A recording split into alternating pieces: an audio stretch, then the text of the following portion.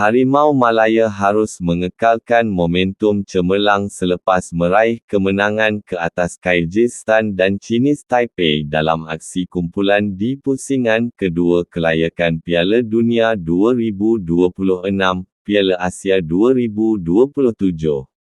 Jurulatih berpengalaman, Irfan Bhakti Abu Salim berkata, Harimau Malaya tampil dengan persembahan terpuji dalam kedua-dua aksi tersebut sehingga membuka peluang buat mereka mara ke pusingan ketiga.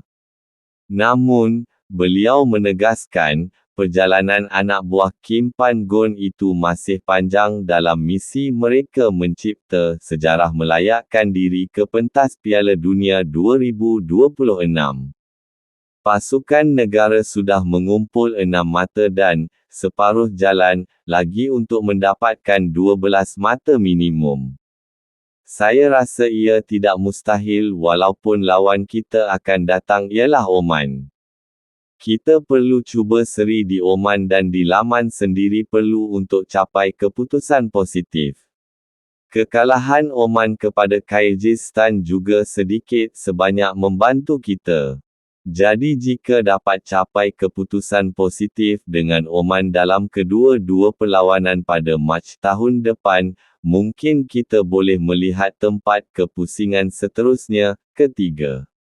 Apa yang penting kita perlu kekalkan momentum cemerlang ini dan dalam masa sama memperbaiki beberapa kelemahan yang ada dalam tempoh yang agak panjang ini, katanya semalam.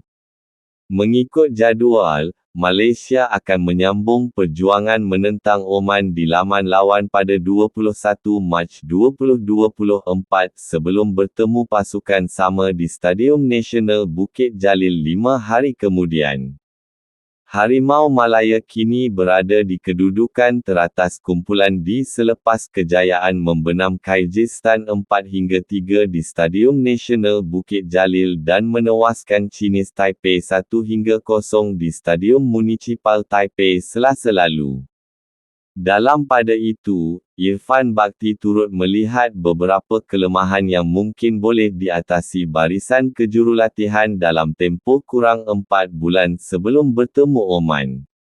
Kalau kita tengok perlawanan menentang Chinese Taipei, kita ada banyak peluang yang dicipta bahagian serangan. Itu memang bagus, tetapi masalah kita adalah lambat untuk recover balik. Keduanya barisan pertahanan itu juga perlu diperkemaskan lagi selain di bahagian serangan itu, kalau ada peluang, menjaringkan gol, jangan lepaskan. Saya percaya kesemua ini sudah dalam perhatian Pan-gon. Selepas ini kita akan ada lagi perlawanan persahabatan dan Piala Asia yang boleh digunakan untuk penambahbaikan, ujarnya.